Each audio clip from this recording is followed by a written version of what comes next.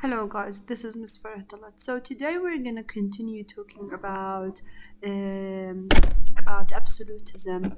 Sorry, we're gonna continue talking about absolutism, but now we're gonna start talking about absolutism in Spain. So we're done with France, and we're gonna start talking about Spain.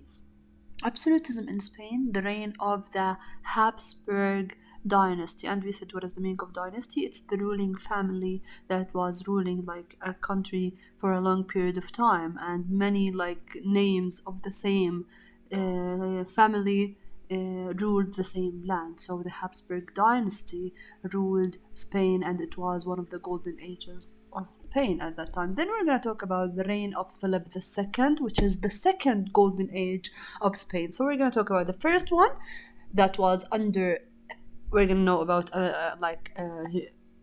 it was under Charles the Fifth, and then we're going to talk about Philip II, who ruled Spain and led it to the second golden age of Spain. Okay, so here we're going to talk now about absolutism in Spain, especially the Habsburg dynasty, which the Habsburg dynasty led Spain to enter the first golden age for it. It was like at that time, the first golden age, like they ruled what in general?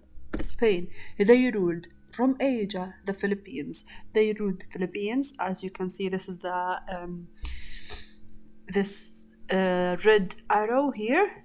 This is the Philippines. They ruled from Asia, the Philippines, from the New World, which is the Americas. They ruled from Mexico City, from here, from Mexico, all the way to Peru. So here they ruled all of this area by themselves, the Spanish territories in the Americas.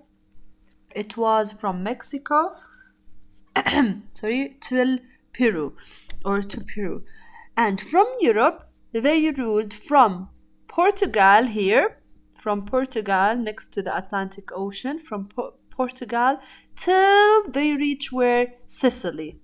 Okay, so until here, until Sicily and Italy. Okay, so they ruled from Europe, from the New World, and from Asia. So this tells us that the golden age of Spain under the rule of the Habsburg dynasty, it was like a golden age for them. Okay. Talking about the first one, we're talking about Emperor Charles V. He ruled from 1500s until the 1585. What happened here? Now he was a very powerful man, but why? He had a very famous grandparents. When they died, they gave him like a great power. So he gained his power from his famous grandparents. We're not talking about one, we're talking about the grandparents for him. They were like very, very powerful and very famous. And through them, he gained his power. He took what? He took the Holy Roman Empire we're talking about grandparents. He took the Holy Roman. He became the Holy Roman Emperor, and he became the Archduke of Austria, and he became the King of Spanish territories in the Americas. That he gained from who? The Spanish territories in the Americas. He gained it from his grandparents, Ferdinand and Isabella of Spain.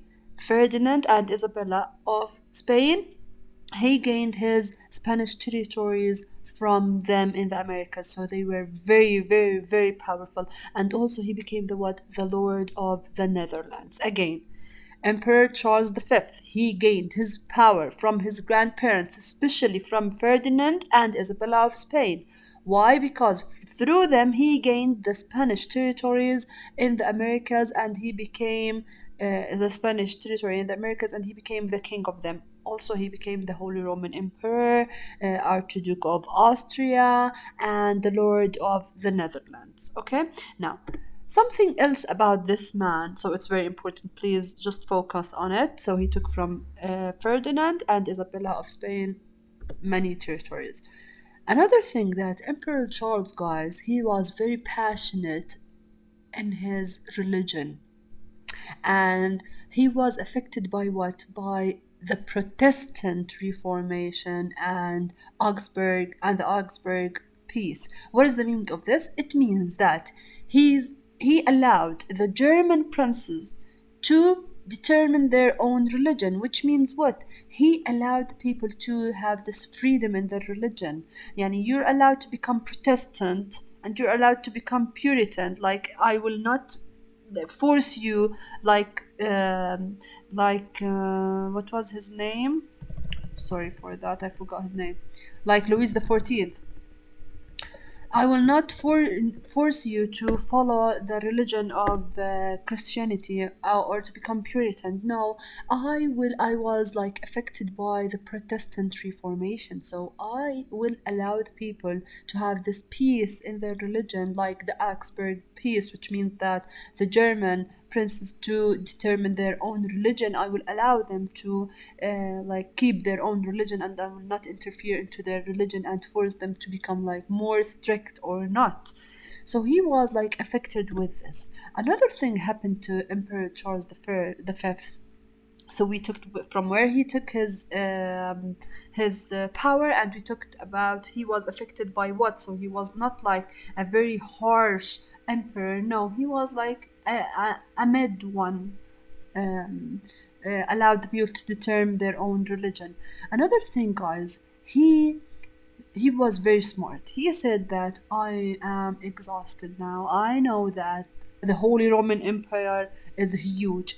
Austria is huge. The Spanish territories in the America are huge. Netherlands, huge. So me as a single emperor for all of these, I cannot like control all of this. So he was smart. He did what? He divided the lands between his brother. His name was Ferdinand, and his son. Between his brother and his son. His name was Philip II. So the son of Charles V, his name was Philip II. His brother, for Charles V, his name was Ferdinand. So Charles V was a smart king or a smart emperor. He did what? He divided his lands between his brother and between his son, between Ferdinand and between Philip II. To justify.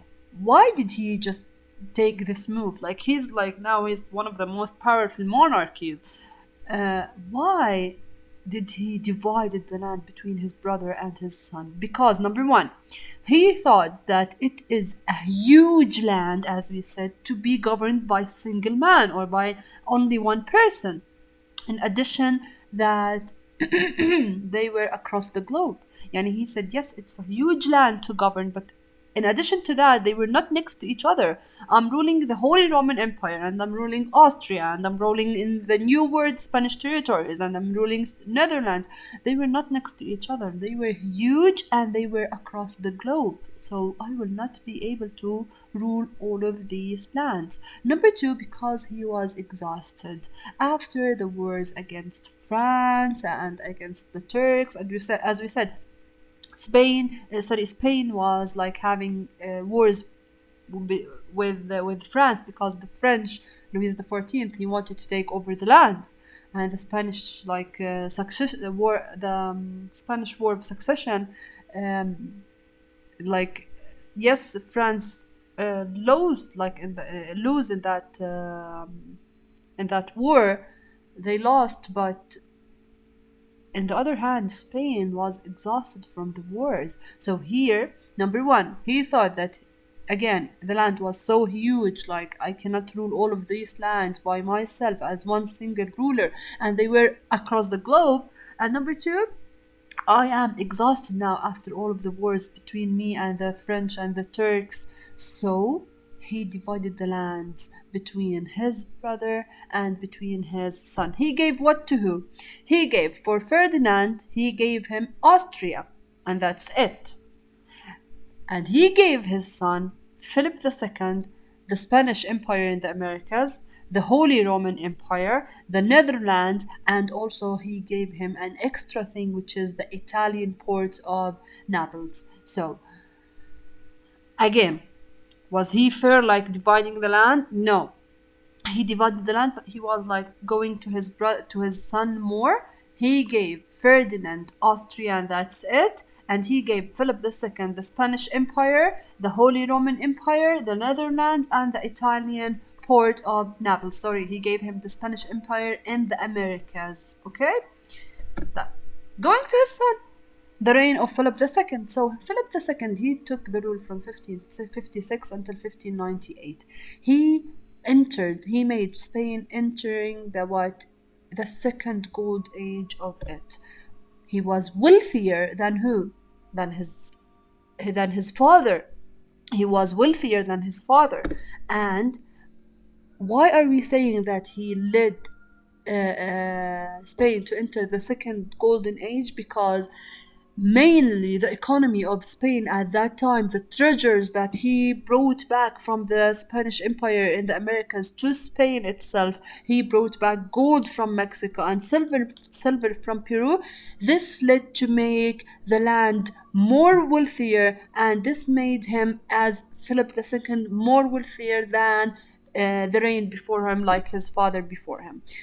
Philip II, he was like so passionate in the religion. He was not like his father, like allowing the people to determine their own religion. No, he devoted himself to two things. Number one, he devoted himself to run the empire, like nothing more important than running the empire, the Spanish Empire, and the lands that I rule.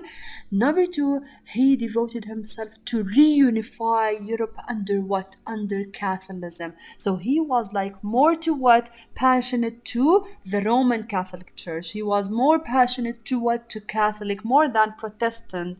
Like the Protestant, they allowed the people to determine their own religion.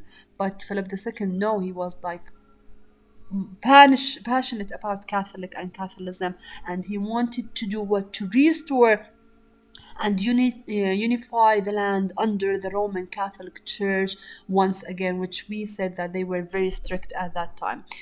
His passion, guys, led him to send missionaries all across the globe, or across Europe, or across like the Spanish lands in the Americas. So he was so passionate about his religion and his Catholicism that this led him to send missionaries out across European lands, which means that he used a lot of money to send them. طبعا, of course, with the great funds that came from the treasures from like the Spanish territories in the Americas and from the missionaries across the European land, this led to what? To get a great fund of money, like a great incomes of money. And Philip's give him a great amount of money and a great fund of money and a great incomes with his passion about spreading Catholicism. This led to what? To move the Spanish army, the Spanish navy, and the priests and the missionaries, all of them, to move across Europe to do what? To spread Catholicism, and they were able to do that. But of course, when you want to spread a religion outside of your borders, this will lead to what? This will lead to drawing the Spanish lands or Spain into many wars, because many lands, they were not like accepting the Roman Catholic Church or the Catholicism. They accepted to become like not Protestant, not Puritan. They wanted to be a Protestant. Okay, so this led to take, like, if you want to spread the religion with a strict way, this will lead to many wars between you and the lands that they do not accept that. That's it for today, guys. If you have any question, you are so welcome to ask.